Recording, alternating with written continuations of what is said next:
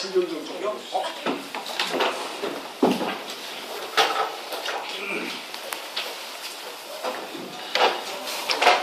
여러분들의 사랑을 고맙고 감사하고 사고로서 따릅니다. 부족한 다 용서해 주시고 하나님 찬송을 사랑의 예수님 내 맘을 고렵니다. 오 들려와 나와 함께하며 내 생명이 되소서.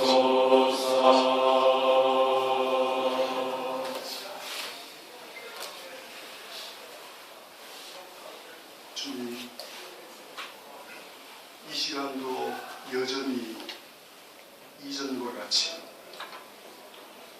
부족한 저희들과 함께하여 주실 것을 믿습니다.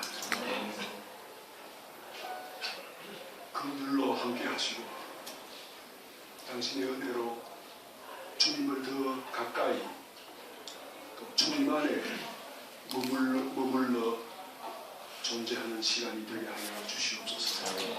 주님을 영화롭게 하는 저희들 되게 해 주시옵소서. 모두 주님께 가까운 예수 그리스도의 이름으로 기도드립니다. 아멘.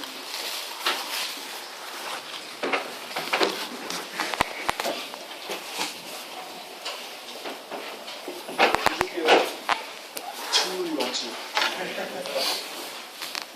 북한산에는 눈이 하얗게 내리더니 저희 동네는 눈이 안 내리는데 땅지에 오니까 또 눈발점이 날리고 밤새도 눈좀 내리는 것 같았어요. 눈이 내리니까 마음이 설레던가요? 의나와 같아. 의나가 좋습니다. 귀찮아지게 되는 문제가 우리가 그 초등학교 때 공부하다가 저 물이 말리게 되면 수업을 할 수 없지 않아요. 와, 동네 나가서 물을 내린 물을 맞기도 하고 물이 내려서 눈물인지 구분이 안 되거든요. 의휘는 같습니다. 눈물. 그러나 의미는 다릅니다. 의미로 우리 시간 의미론에 대하여 조금 논의하겠습니다. 왜? 흐누마 푸시케 소마 루ach 네페시 바사르 영과 혼과 몸, 이 의의가 다양한 의의가 있지만 그 의미하는 바가 정확할 수도 있고 아닐 수도 있거든요. 해석학적인 원리를 조금 살펴보려고 합니다. 오늘 강의의 초두에 시작하는 것은 좁은 목적으로서의 그 단의 의미를 올바로 규정하기 위한 목적이기도 하지만 그러나 설교자로서 한평생 사실 여러분들이 설교하기 전에 항상 해석학적인 과정을 거쳐야 되잖아요. 본문에서 그때 어떻게 해석해야 정당한가 하는 데 대한 문제이긴 하기 때문에 우리 한평생 목회사역과도 관련되는 문제입니다.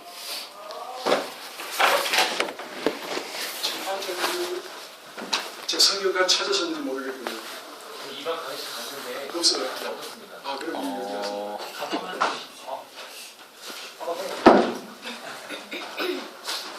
아마 검정색 성경 아니에요? 검은색 지퍼 우리나라 뭐 그렸어? 오늘 제가 강의한 곳이 1학년 1반 3반 2반입니다. 우선 강의를 두 가지 관점으로 강의를 시작하였는데 관련된 자료는 이 책 먼저 제임스 바하르의 성경 언어의 의미론이라고 하는 이 책, 다음 두 번째는 캐롤라인 보만의 히브리적인 사유와 그리스적 사유의 비교라고 하는 이 두 책 관련해서 연관된 문제를 살펴보려고 합니다. 첫 번째, 제임스 바르가 Semantics of Biblical Language 이 책을 썼는데 1961년도에 저술된 책이거든요. 여기서 이 바르가 하는 말이 성경 해석을 이렇게 해서는 안 되고 이렇게 해석해야 된다는 거예요. 이렇게 해서는 안 된다는 말이 19세기까지 이루어진 해석 방법으로 해석해서는 안 되고 새로운 방법으로 해석해야 된다고 말하고 있어요. 20세기 새로운 방법. 근데 이 제임스 바르가 주장하는 이거는 그의 독창적인 생각은 아니에요. 그 발상은 이미 1915년에 소시를 들어보셨죠? Ferdinand de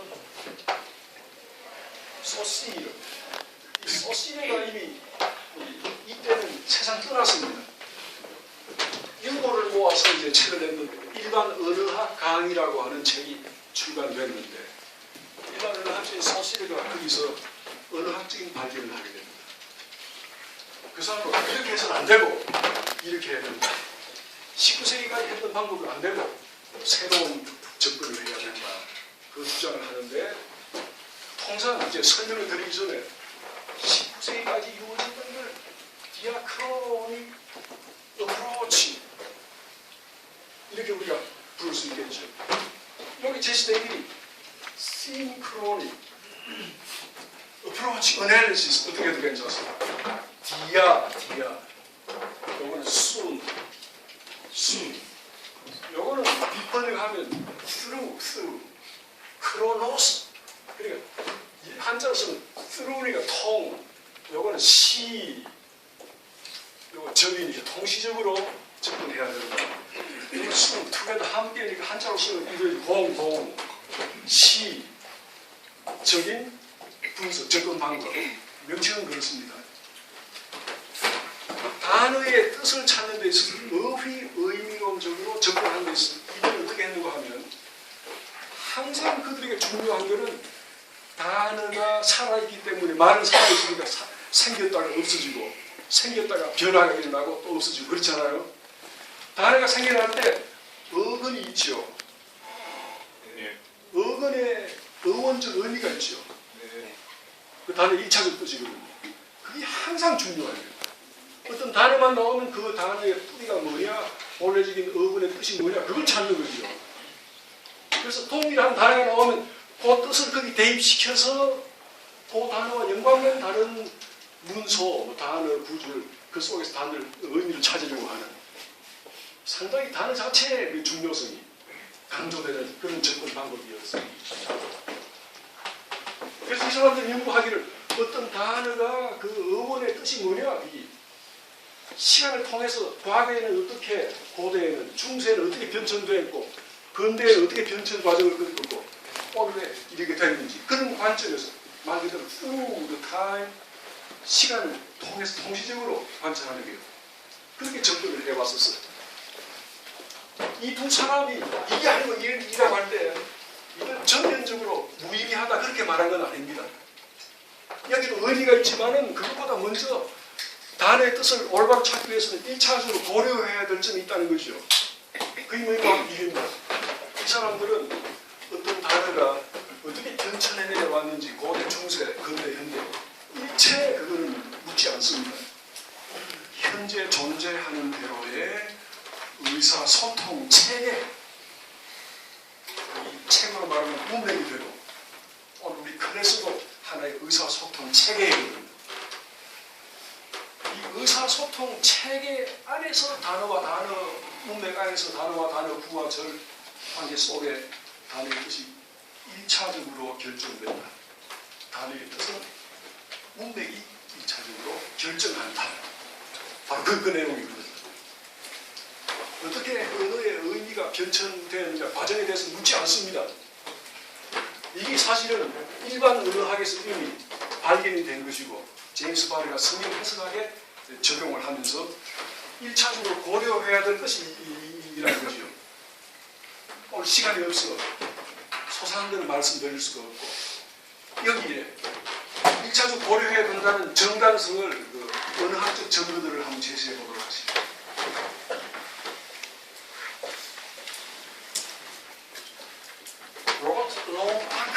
사람은 언어학자입니다. 추측하는데 아마 이름을 보니까 미국 사람이니까 영어는 네이티브 랭귀지 모국어고 아마 멕시코 지역에 살았던 것 같아요. 가까이 인접 지역에. 그 어릴 때부터 멕시칸 스페니쉬를 듣고 이렇게 모국어 못지않게 이제 의사소통이 가능한 소위 바이링구와 이중 언어를 능통하게 구사하는 언어학자입니다. 항상 언어에 관심이 있으니까 뭐 우리가 생각하는 것보다 말 자체에 관심이 있으니까 멕시칸 스페니쉬 이런 단어가 있다는 거죠. 혹시 우리 중에 이 지역에서 유학 오신 분이 계신가요? 스페인어 쓰시는 지역에서 오신 원로 계십니까? 아닙니까? 그럼 스페인 전공하신 분이 계신가요? 어떻게 발음되나요? 간혹 계십니다. 제가 그래서 물어볼 때마다 가끔 듣습니다. 오늘 강의할 때 한 분 계셨어요. 그 지역에서 오셨어요. 자베라고 하더니 자베. 스페인은 자로 발음되고 포르투갈은 야로 발음된대요. 그런데 언어학자가 이런 이제 단어 하나를 가지고 가만히 무슨 뜻인가 영어를 가만히 생각해 보니까 이 단어 하나가 이런 뜻이에요.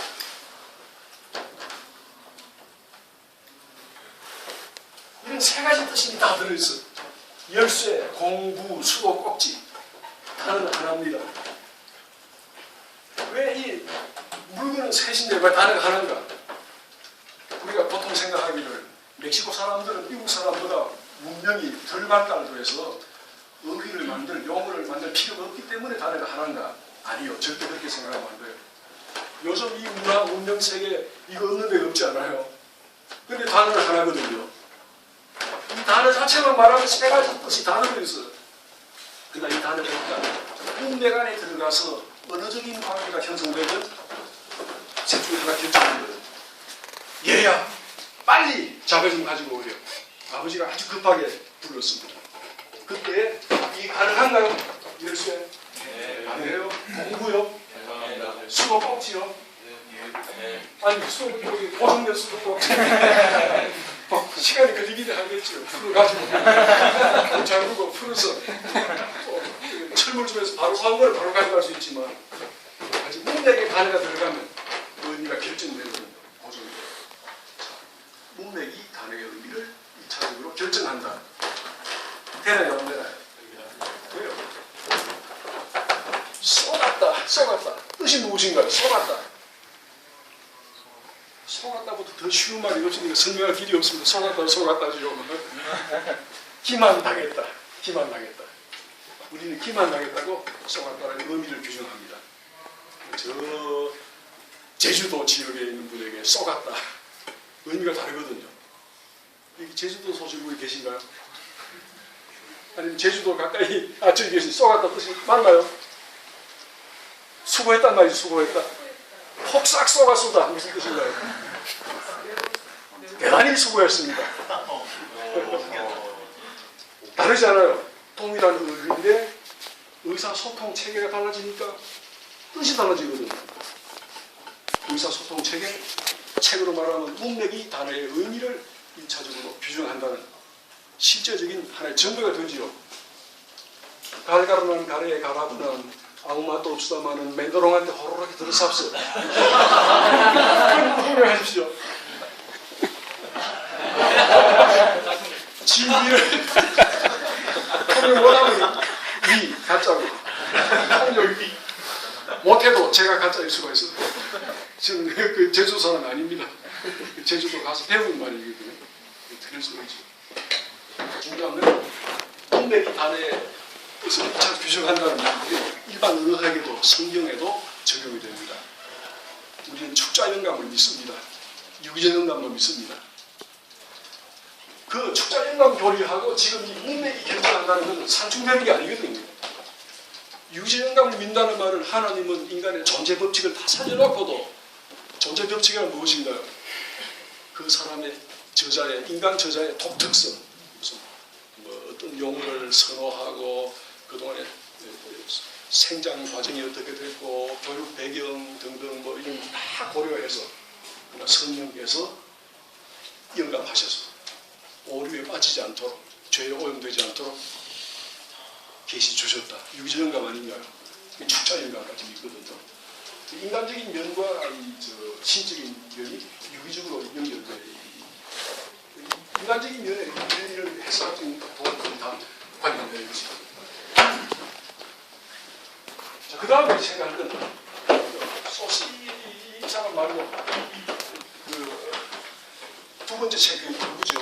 오만. 여기에 Total Life 오만. Total Life 오만. 이 사람의 책. 이 사람은 뭘 말하는가 하면요. 모든 민족들을 민족 하나의 집단이죠. 어떤 대상을 생각할 때 민족의 그 형성 과정이나 대대로 내려왔던 삶의 토양이나 이런 게 서로 다르기 때문에 어떤 동일한 대상을 생각해도 그들의 생각, 사유의 독특성이 차이로 나타난다는 거죠. 그럴 것 같아요? 안 그럴 것 같아요? 왕하는 대륙에 대대로 사는 민족하고 조그마한 이 땅에 바다에 섬에 사는 대대로 사는 백성들의 그 어떤 사고의 스케일이나 특성이 좀 차이가 날 것 같지요. 분명할 것 같아요. 그런데 보십시다. 그게 어느 구조에도 반영될 것 같아요? 네, 맞습니다. 될 것 같아요. 그런데 이 사람은 될 것 같다, 된다고 단언하고 이 사람은 안 된다, 그러면 안 된다 그렇게 말해요. 여기에 속한 학자들도 많고 여기 속한 학자들도 또 패더슨이라든지 로빈슨이라든지 여기 속한 학자들도 들어있어요. 저는 생각할 때 두 견해 중에 이 문제에서는 이쪽이 좀 일리가 있지 않겠나 그런 생각이 듭니다. 분명히 민족마다 좀 어떤 대상에 대한 이 생각을 할 때 좀 특성이 있거든요. 예를 들면 뭐 아주 합리적인 그런 사고를 가진 게르만 사람하고 우리 동양 사람들은 아주 좀 이제 논리적이라기보다는 좀 감정적이고 또 비약도 심하고 그렇잖아요. 어느 책 구조도 문법적인 요소들도 아주 우리는 아주 치밀하게 되어 있는 거고 우리는 좀 약간 두루뭉술하게 그런 구조를 가지고 있는 사실입니다. 여하튼 이 토라이 오마는 히브리 사람들이 히브리인들이 어떤 대상에 대해서 학자가 대상입니다. 제가 인식 주체로 학자를 이제 인식하려고 합니다. 그러면 구체적이고 실제적인 대상이요. 제가 이 시각을 통해서 보고 이렇게 이제 모든 촉각과 오감을 통해 이제 이 자료들을 가지고 있을 때 이 속에 개념이 일어나죠. 개념. 이 대상에 대한 개념이 형성되지 않아요. 이 관념화되죠. 히브리 사람들이 어떤 대상에 대해서 생각을 할 때, 사유할 때 어떤 구체적이고 실제적인 대상으로부터 연역된 관념적인 면만을 다 그들의 사유에 담는 것이 아니라는 거죠. 그것뿐 아니라 그걸 가능하게 했던 구체적이고 실제적인 대상을 포함하고 거기서 관념화된 이 내용까지 전체를 다 합쳐서 사유하는 특성이 있다는 거예요. 보편 개념이 그들의 사유, 생각을 지배한다. 그런 주장을 하게 됩니다. 자, 여기에 한국 사람들이 우리가 있습니다. 제주도. 그러면 한국인 하게 될 때 히브리 사람들은 개별적 존재로서의 한 사람 한 사람 개별자를 먼저 생각하지 않고 한국인다운 특성을 가진 하나의 전형을 먼저 생각한다는 거죠. 전형. 여러분 한국인의 전형이 무엇인가요? 아주 급해요. 빨리인가요? 동의하십니까? 네. 혼자만 그런 게 아닌가요? 저희들이 학교에서 배울 때는 한국인의 전형은 은근과 은기, 인내, 평화를 사랑하는 민족, 대기민족 그렇게 배웠거든요. 아니 그동안에 많이 바뀌었네요. 원인들이 한두 가지 아닐 텐데 바뀌어야 당연하죠. 이제 세상의 것은 다 지나가고 바뀌는 거니까 주만경전하시니까 당연한데 그 이유 중에 하나도 우리가 배울 때 교과서가 정치적으로 이데올로기화 될 수도 있었어요. 그렇지 않은데 그런 요인도 배제할 수 없는 거죠. 여하튼 히브리 사람은 한국인 하게 될 때 먼저 한국인다운 전형을 먼저 생각하고 그 다음에 개별자로서의 존재를 그 다음에 생각한다는 거죠. 그 개별적 존재는 이 전형이 나타나는 하나의 표본들입니다. 구체적인 표본들. 한국인 하게 될 때 그 전형과 표본들은 통합적으로 통전적으로 그렇게 생각한다는 거죠. 어떻게 보면 우리 한국 사람들의 사고의 그 특성과 유사합니다. 우리도 두리뭉실하게 뭐 이렇게 생각하는 겁니다. 분석적으로 보지 않고. 그런 점에서 요것만 살펴도 헬라 사람은 분석적이라면 히브리 사람은 종합적이요. 관념적이라면 실제적이요. 또 논리적이라면 구체적이고 정적이라면 다이나믹하고 역동적이고 이렇게 구별하는 통념은 어느 정도 일리가 있다고 생각합니다. 문제는 그게 어느 구조에 드러나는가. 오마는 은학적 정도를 드러낸다. 아담 이슈 이렇게 세 단어가 있다. 이 책에서 하는 말이 이 하나의 단어 속에 단수와 목수의 의미가 다 포함된다는 얘기죠. 사람들, 인류 단어 하나 속에 남자들 마차 한 대, 마차들 단수 복수 개념이 단어 속에 다 들어있다는 거죠. 이게 은학적 증거다. 이게 통전적으로 생각합니다. 보편 개념이 사회를 지배한다.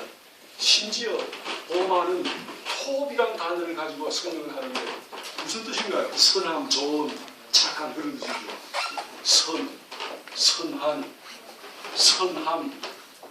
선한 사람 모든 양상을 포괄하는 선이죠. 형용사, 추상명사, 명사의 명사형, 일반명사 하나 속에 다 들어있잖아요. 형용사로부터 추상명사, 일반명사 단어 하나 속에 세종 언어는 품사의 구별이 불명료하다. 히브리어도 마찬가지 불명료하다. 그런 언어학자들의 그런 결론이 있습니다. 요는 히브리 사람들은 헬라 사람과 달리 종합적으로 통전적으로 보편 개념이 그들의 삶을 지배합니다. 이 점을 기억해야 합니다. 계시 언어는 언약 백성들이 히브리인들 언어를 가지고 썼거든요. 70인경으로 마소라 본문이 번역됐지만 헬라말로 번역됐지만 그걸 헬라말로 번역할 때 헬라 철학적 배경으로 하면 안 되거든요. 우리가 히브리적 배경으로 신약의 헬라어를 해석해야죠. 그런 점에서 헬라 사람, 히브리 사람들이 가지고 있는 이 사회의 특성에 대해서 깊이 관심을 가지고 해석하는 건 중요하다고 생각합니다. 그러면 자 이제 두 가지 관점을 가지고 구약과 신약을 살펴보도록 하십시다. 구약과 신약을 두 관점을 가지고 살펴보도록 하십시다. 지금 우리가 무슨 작업을 하려고 하는 거 하면 인간에게 푸뉴마가 있다. 푸뉴마. 영어로 번역되죠. 스피릿. 인간에게 소마 혹은 사르크스 몸으로 번역되죠. 몸, 영은 선하고 영은 악하다. 이 대립 관계, 반립 관계지요. 반립적, 대립적 긴장이 있지요. 그래서 부식해. 혼이죠, 혼. 소울. 혼이 둘을 중재한다, 중재. 근데 영과 혼과 몸은 마치 벽돌처럼 독립된 별개의 신체다. 이 세계가 쌓아놓은 것처럼 직접적이다, 직접적이다. 뭘 집상을 져. 이렇게 생각하면 비성경적이라는 거 누차 말씀드렸죠. 유구적 통일체, 벽돌 쌓듯이 독립된 신체가 아니거든요. 생리적 결속이니까. 아니, 이걸 둘을 같은 걸로 봐서 영혼, 몸, 벽돌 쌓듯이 별개의 신체, 이건 선하고 이건 악하고 그렇게 생각해도 비성경적이죠. 이분설을 주장해도 이물론적인 대립이 있는 한 그 비성경적이거든요. 직접 개념으로. 뒤와서 영육 이원론, 이물론 긴장이 있어. 자, 그러면 지금 우리가 살피는 것은 구약 속에 이와 같은 헬라 철학적인 영육 이원론적 긴장이 구약에 있느냐, 신약에 있느냐, 그 점을 찾아보려고 합니다. 결론부터 말씀드리면 없다. 전혀 그 흔적이 없다. 결론은 그렇습니다. 그럼 그거 우리 구체적으로 입증해 보도록 하죠. 자, 그러면 이학의 여기에 해당되는 게 뭐가 있나요? 루아크죠. 여기에 해당되는 건 뭔가요? 네페시죠. 이거는요, 바사르죠. 바사르죠. 내 샤마란 말도 있긴 해도 그 유사한데 루학으로 이제 좀. 자, 그러면 이제 하나씩 찾아보도록 하겠습니다. 구약에 요것부터 찾아보니까 바사, 구약에 바사라가 사용될 때 인간에게도 바사라가 있고 동물에게도 바사라가 있어요. 1차적으로 의미는 신체, 몸을 말합니다. 그러면 바사라가 나오는 문맥을 한번 찾아볼 필요가 있죠. 예를 들어 이사야 40장 6절 문맥 이사야, 또 이사야 31장 3절 포함된 문맥. 자, 이 내용은 이렇습니다. 모든 육체는 풀이요, 육체는 바사르입니다. 모든 바사르는 풀이요. 풀은 어떤가요? 씨를 주고 아름다움을 섞이고 말라버리고 그렇잖아요. 모든 바사르는 풀이요. 36장 3절. 애국은 사람이요 신이 아니며, 애국은 바사르요 신이 아니고, 그 말들은 육체요 바사르요 영이 아니라, 애국과 그의 말들은 바사르지 신도 아니고 영도 아니라는 거죠. 바사르. 여기에 모든 바사르는 풀이요. 이 문맥에서는 이런 뜻입니다.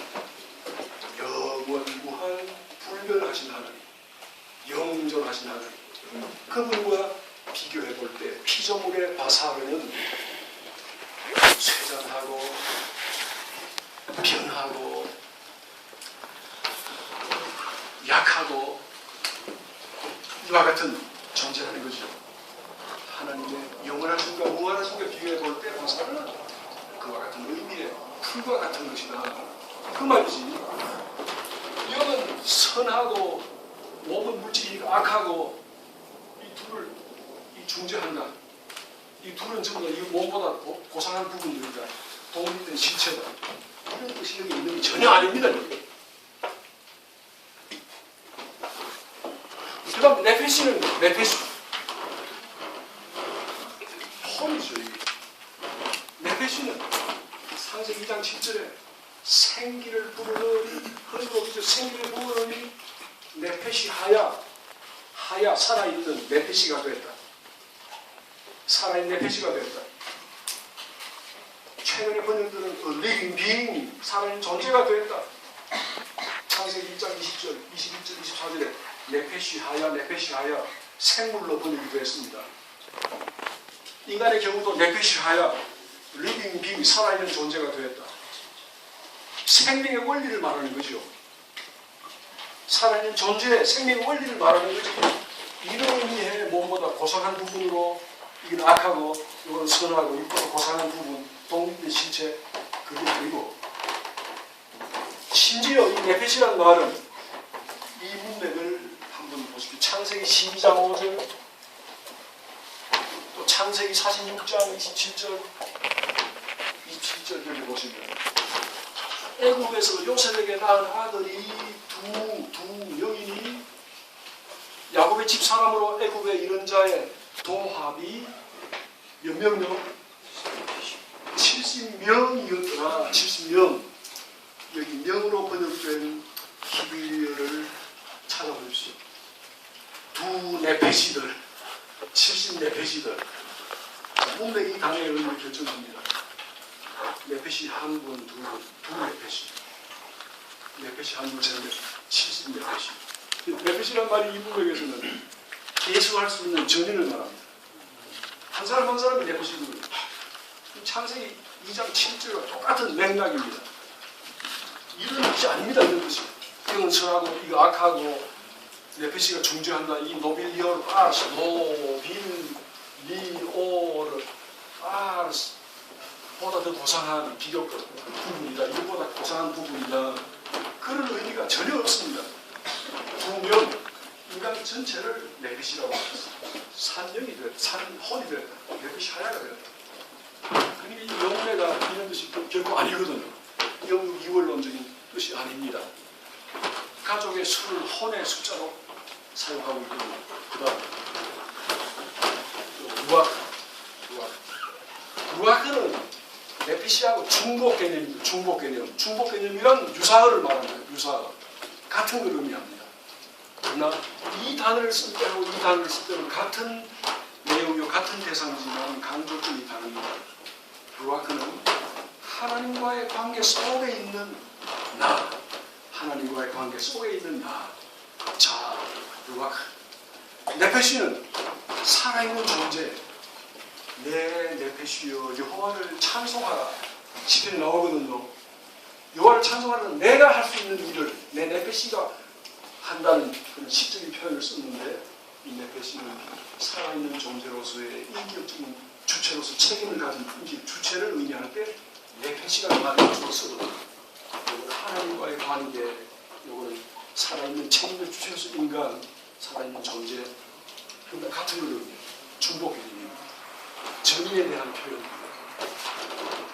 이거 볼 때, 구약을 볼 때 이와 같은 군락처럼 영무론적인 긴장은 없다고 해야 합니다. 그러면 신학에 사도 바울이 어떻게 사용했는가? 사도 바울이 요거 푸시케를 어떻게 사용했는가? 푸시케, 용례. 이걸 살펴보면서 문맥이 당의 의미를 규정한다는 그 원리를 따라서 이해하십시오. 푸시케라는 말을 바울이 많이 사용했는데 제가 쭉 살펴보니까 한 두 그룹으로 나누고 생각하면 좋을 것 같아요. 첫 번째는 로마서 11장 3절입니다. 두 번째는 16장 4절입니다. 빌립보 2장 30절입니다. 포함된 문맥에서 이걸 생각해보면 같은 뜻이 나오는 걸로 기억합니다. 두 번째 문맥은 역시 로마서에 나오는 건데 2장 9절이요. 로마서 13장 1절이요. 두 문맥, 그 외에도 있긴 해도 시간이 없어서 두 문맥만 생각해 보십시다. 자, 여기에 10장 3절에 엘리야의 불평이 나옵니다. 주여, 저들이 주의 선지자들을 다 죽였습니다. 성전을 이것들을 폐파하고 오직 나만 남았는데 내 푸시케도 참나. 문맥이 그렇습니다. 이 문맥에서 죽였는데 나만 남았는데 내 푸시케도 찾는다. 이거야. 푸시케. 내 목숨, 내 생명도 찾나이다. 그 말이거든요. 여기서 단지 해석할 길이 없어. 나도 죽이려 하나이다. 내 생명을 찾는다. 그래서 RSP는 나를 죽이려 한다.